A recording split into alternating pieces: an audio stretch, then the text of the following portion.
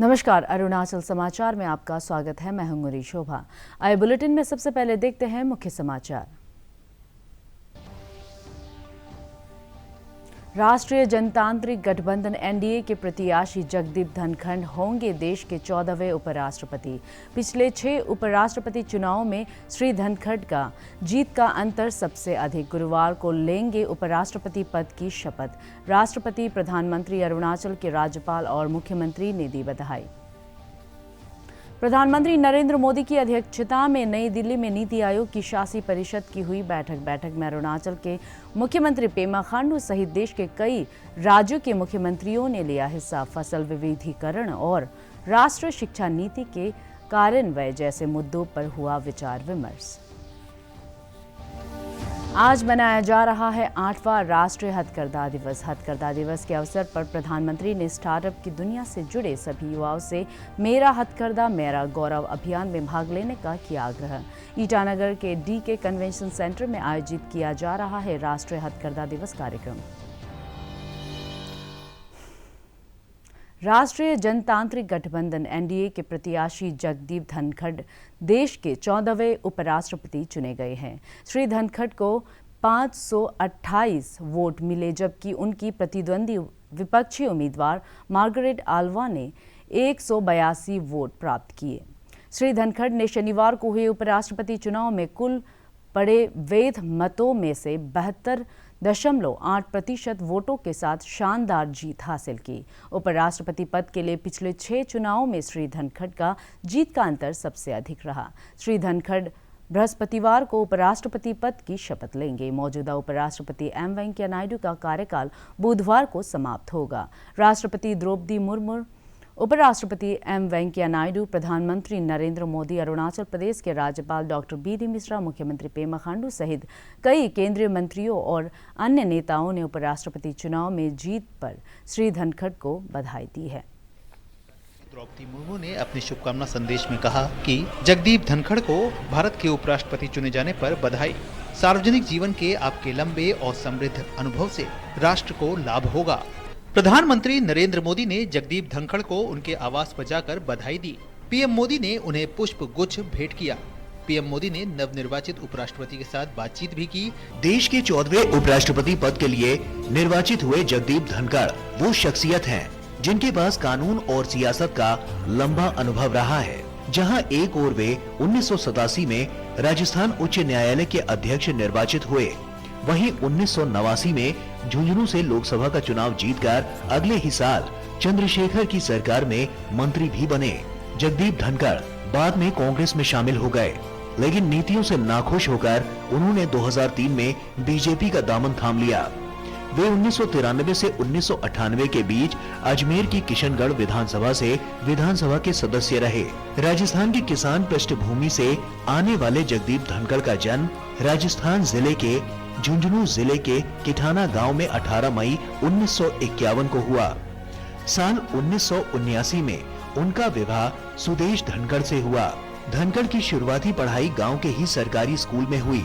उसके बाद उन्होंने स्कॉलरशिप हासिल करके चित्तौड़गढ़ के सैनिक स्कूल में दाखिला लिया। उन्होंने जयपुर के प्रतिष्ठित महाराजा कॉलेज से बीएससी ऑनर्स की डिग्री हासिल की। उन्होंने राजस्थान विश्वविद्यालय से ही कानून की पढ़ाई की। उन्होंने वर्ष 1979 में राजस्थान बार काउंसिल की सदस्यता ली। 27 मार्च 1990 को वे सीनियर एडवोकेट बने। उपराष्ट्रपति निर्वाचित होने से पहले जगदीप धनखड़ पश्चिम बंगाल के राज्यपाल रहे। उन्होंने 30 जुलाई 2019 को पदभार ग्रहण किया था। उन्होंने राज्यपाल रहते हुए प्रदेश में कई साहसिक फैसले लिए।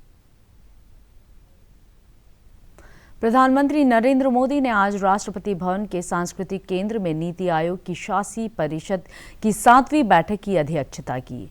बैठक में केंद्र तथा राज्यों और केंद्र शासित प्रदेशों के बीच सहयोग समन्वय बढ़ाने पर विचार विमर्श हुआ। जुलाई 2019 के बाद से नीति आयोग की शासी परिषद की यह पहली प्रत्यक्ष बैठक है।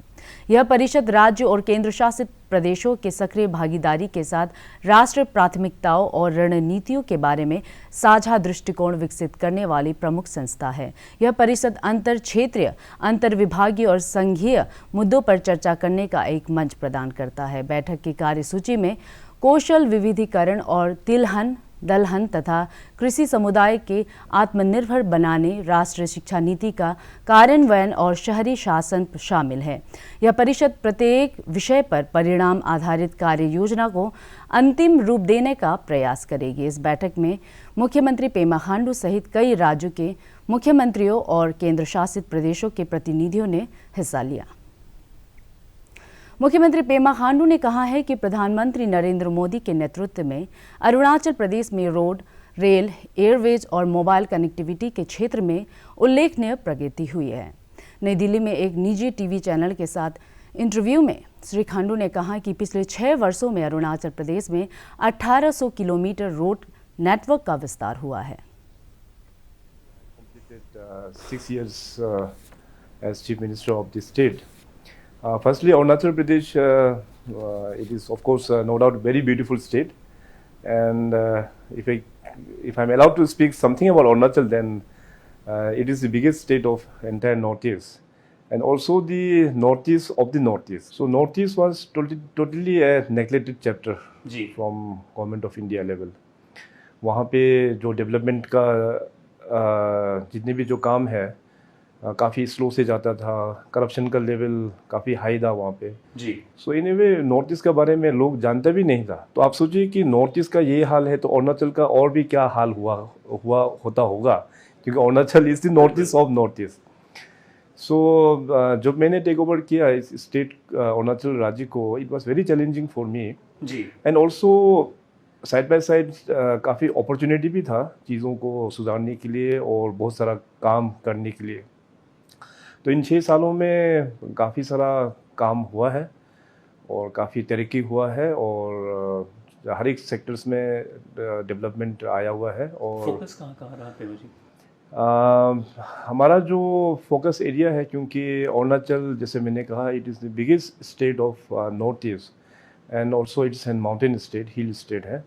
तो सबसे बड़ा प्रॉब्लम जो है वो कनेक्टिविटी होता है। तो कनेक्टिविटी में पिछले 6 साल में बहुत बड़ा काम हुआ है। जैसे अभी रोड सेक्टर का आगे बात करें तो starting from the western most district which is Tawang to the eastern most district that is Longding, तो कुल मिला के अराउंड 1800 ट्रांस अरुणाचल का जो काम है वो लगभग अभी कंप्लीट हुआ है। और जितने भी हमारा जो डिस्ट्रिक्ट हेडक्वार्टर्स है वहाँ भी। आज 8वां राष्ट्रीय हथकरघा दिवस है। देश में स्वतंत्रता संग्राम के इतिहास में इसका विशेष महत्व है। आज ही के दिन 1905 में स्वदेशी आंदोलन की शुरुआत हुई थी। 2015 में राष्ट्रीय हथकरघा दिवस मनाने की घोषणा करते हुए प्रधानमंत्री नरेंद्र मोदी ने कहा था कि देश में सभी परिवार खादी और हथकरघा से जुड़ा कम से कम एक उत्पाद जरूर खरीदे। ईटानगर के Dorji Khandu state convention centre में शनिवार की शाम को आयोजित राष्ट्रीय हथकरघा दिवस कार्यक्रम के उद्घाटन सत्र में राज्य की प्रथम महिला नीलम मिश्रा ने लोगों से अरुणाचल प्रदेश की पारंपरिक लायनलूम विभिन्न को बढ़ावा देने का आह्वान किया। उन्होंने कहा कि प्रदेश की जनजाति महिलाओं के आर्थिक सशक्तिकरण और सांस्कृतिक विरासत के संरक्षण में स्थानीय लायनलूम पर कपड़े तैयार करने की पद्धति का महत्वपूर्ण योगदान रहा है। आज़ादी का अमृत महोत्सव के तहत राज्य के टेक्सटाइल और हैंडीक्राफ्ट विभाग द्वारा आयोजित फैशन शो में स्थानीय परिधानों को प्रदर्शित किया गया। जरूरत पड़ी कि हैंडलूम डे के दिन हम फैशन शो क्यों करें, इसलिए कि जो हमारी परंपरा है, जो हमारी पहचान है, वो कहीं चकाचौंध में लुप्त ना हो जाए। और जिसका बहुत डर था, एक्चुअली अगर मैं कहूँ तो जब मैं 5 इयर्स के करीब पहले यहाँ पर आई 2017 में, तो मुझे आभास ही नहीं हो रहा था कि अरुणाचल का पारंपरिक वस्त्र क्या है। नॉट गाले नहीं, वो तो सब पहनते थे, लेकिन उसकी जो बुनाई थी, जो उसकी कला थी, क्योंकि जहां पर भी देखते थे हम वो एम्ब्रॉयडरी किए हुए चकाचौंध वाले एकदम शाइनिंग वाले मटेरियल ज्यादा दिखाई पड़ते थे। मुझे बहुत मुश्किल से बाद में पता चला कि ये तो आजकल का प्रभाव है, मेट्रो सिटीज का प्रभाव है कि हम चकाचौंध की तरफ जा रहे हैं। ये हमारी पारंपरिक पहचान नहीं है, इसलिए मैंने इस पे थोड़ा सा इंटरेस्ट लिया और कार्य। नॉर्थ ईस्ट काउंसिल के सचिव के मोसेस चालाई ने ईस्ट सियांग जिले के सेंट्रल एग्रीकल्चर यूनिवर्सिटी सहित NEC द्वारा वित्त पोषित विभिन्न परियोजनाओं का निरीक्षण किया। इस अवसर पर विधायक निनोंग इरिंग, जिला उपायुक्त ताई तागु, NEC में साइंस और टेक्नोलॉजी विभाग के निदेशक टी जामो सहित कई अधिकारी मौजूद थे। एनईसी के सचिव ने एग्रीकल्चर यूनिवर्सिटी के परिसर के विकास कार्य की गुणवत्ता पर संतोष जताया। उन्होंने मिरेम मिकोंग जोनाई रोड की प्रगति का भी जायजा लिया। उन्होंने कहा कि रुक्सीन डिवीजन के इस सड़क का निर्माण कार्य पूरा होने से सामाजिक और आर्थिक गतिविधियों को गति मिलेगी। जो एनईसी के अंदर काम किया जा रहा है, काफ़ी प्रोग्रेस हो चुका है। 15 किलोमीटर के आसपास ये इस इलाके के पब्लिक को, गांव वालों को ये इससे काफ़ी फ़ायदा होगा, उसको लाभ होंगे। और एक चीज़ ये है कि जैसे हर डिपार्टमेंट में हर मिनिस्ट्री करते हैं, इस तरह के एनईसी भी क्वालिटी मेंटेनेंस, क्वालिटी के बारे में हम लोग का मतलब काफ़ी। भारतीय अंतरिक्ष अनुसंधान संगठन इसरो ने आज अपने सबसे छोटे प्रक्षेपण यान SSS LVD-1 का प्रक्षेपण किया। इसे सुबह 9:18 पर आंध्र प्रदेश में श्रीहरिकोटा स्थित सतीश धवन अंतरिक्ष केंद्र से छोड़ा गया। SSS LVD-1 रॉकेट ने पृथ्वी पर्यवेक्षण उपग्रह EOS-02 और एक अन्य लघु उपग्रह आजादी सेट पृथ्वी की कक्षा में भेजे।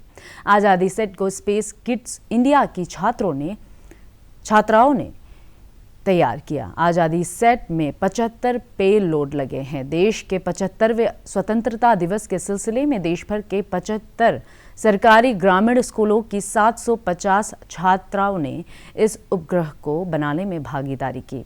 यह परियोजना विशेषकर विज्ञान के प्रति रुझान को बढ़ावा देने और छात्रों को अंतरिक्ष अनुसंधान के लिए प्रेरित करने का अवसर देने के लिए विकसित की गई है।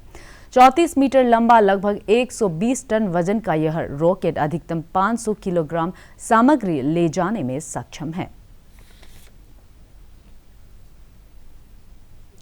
अरुणाचल प्रदेश विधानसभा के अध्यक्ष पासांग दोरजी सोना को old student association Hindu college Delhi द्वारा एक्सीलेंस इन पब्लिक अफेयर्स के लिए विशिष्ट अलुमनी अवार्ड्स 2022 से सम्मानित किया गया है। श्री सोना ने दिल्ली के हिंदू कॉलेज से 1992 में पॉलिटिकल साइंस में ग्रेजुएशन किया था और उसके बाद उन्होंने LLB की और दिल्ली में 1998 से 2006 तक वकालत की। इसके बाद उन्होंने राजनीति में प्रवेश किया।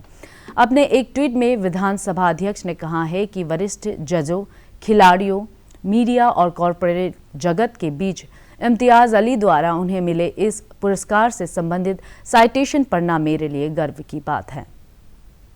अपर सुबनसिरी जिले के दापोरिजो नगरीय क्षेत्र में कचरा प्रबंधन और स्वच्छता जागरूकता कार्यक्रम चल रहा है। एक स्व सहायता समूहों द्वारा शहरी और आवास विभाग के सहयोग से चलाए जा रहे इस जागरूकता कार्यक्रम का शुभारंभ जिला उपायुक्त मीका न्योरी ने किया। उन्होंने लोगों से क्लीन और ग्रीन दापोरिजो बनाने के लिए एकजुट होकर प्रयास करने की अपील की।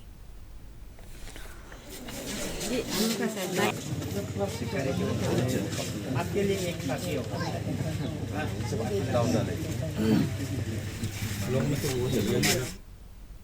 Dorjee Khandu state level badminton championship के लिए क्वालिफाई करने वाले लोअर दिबांग वैली जिले के बैडमिंटन खिलाड़ियों ने इजे ब्रिज के पास स्वच्छता अभियान चलाया। उन्होंने लोगों से निर्धारित स्थानों पर कचरे का निपटारा करने और स्वच्छता को बनाए रखने में सक्रिय योगदान की अपील की।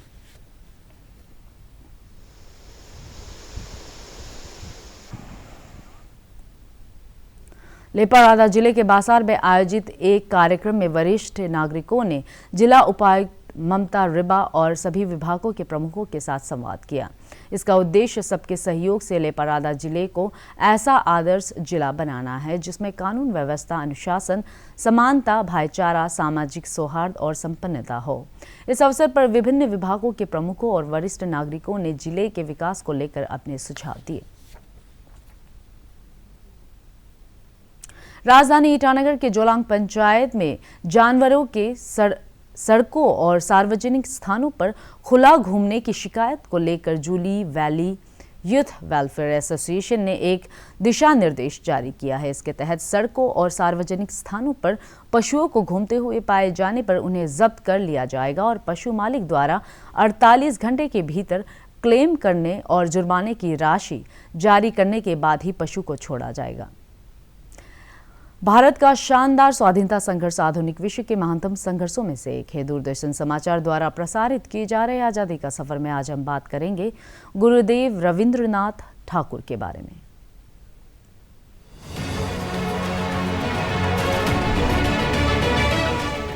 हम आज महान साहित्यकार गुरुदेव रविंद्रनाथ ठाकुर को श्रद्धांजलि अर्पित कर रहे हैं। हर तरह से बहुमुखी प्रतिभाशाली व्यक्तित्व गुरुदेव रविंद्रनाथ कवि, ब्रह्म समाज, दार्शनिक, नाटककार, उपन्यासकार, चित्रकार और संगीतकार थे। बंगाल की कला को व्यापक ख्याति दिलाने में उनका अहम योगदान रहा। जनगण मन के अलावा उनकी रचना आमार शूनार बांग्ला को बांग्लादेश के राष्ट्रगान के रूप में अपनाया गया और श्रीलंका का राष्ट्रगान भी उनकी रचना से प्रेरित है। गुरुदेव ने अपने प्रेरक गीतों के माध्यम से भारतीय राष्ट्रवादियों का समर्थन किया और सार्वजनिक रूप से साम्राज्यवाद की आलोचना की। 1905 में बंगाल के विभाजन के दौरान रविंद्रनाथ ने स्वदेशी आंदोलन को सक्रिय नेतृत्व प्रदान किया, जिसमें ब्रिटिश सामान के बहिष्कार और स्वदेशी उत्पादों को बढ़ावा देने का आह्वान किया गया था। रविंद्रनाथ ने बंगाल की जनता को एकजुट करने के लिए बांग्लार माटी बांग्लार जोल गीत लिखा था। 1915 में उन्होंने ब्रिटिश क्राउन से नाइटहुड प्राप्त किया, जिसे उन्होंने जलियांवाला बाग में नरसंहार के विरोध में वापस लौटा दिया। उन्होंने कहा था, जब अंग्रेज भारतीयों को इंसान भी नहीं मानते तो नाइटहुड का मेरे लिए कोई मतलब नहीं। रविंद्रनाथ ने अरुणाचल समाचार के आज के अंक में इतना ही। जाने से पहले आप सभी से अनुरोध है कि कोविड-19 के दिशा निर्देशों का पालन करें, हमेशा मास्क लगाए, बार बार हाथ धोए और सोशल डिस्टेंसिंग के नियमों को मानें। कोरोना महामारी से बचाव के लिए आपका वैक्सीन लगवाना भी जरूरी है। अगर आप वैक्सीन लगवाने के पात्र हैं तो जरूर लगवाएं। हम कल फिर हाजिर होंगे अरुणाचल और देश दुनिया की खबरों के साथ। चलते चलते आपको बता दें कि आप अरुणाचल समाचार हमारे YouTube channel DD news Arunachal पर भी देख सकते हैं। देखते रहिए अरुण प्रभा। नमस्कार।